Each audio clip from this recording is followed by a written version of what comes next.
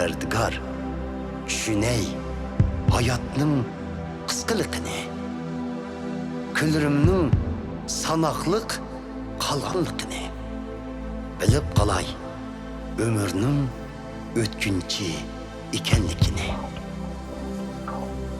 Bilimən, qılğan sen ömrümni netçi g'erishla.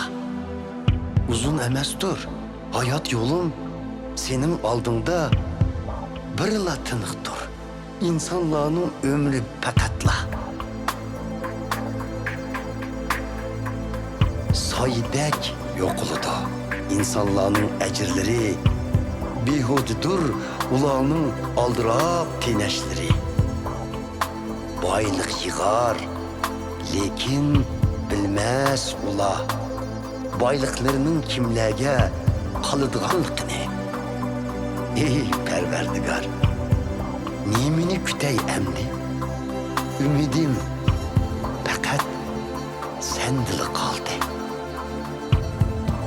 Ey Perverdigar, kulak salgın duayımga, köngül koygun menin nole feryadımga, sükut kılıp durmağın göz yaşlarımga, çünkü bir musafir men senin aldığında, ata oğullarımdek garip men, bu fani dünyada.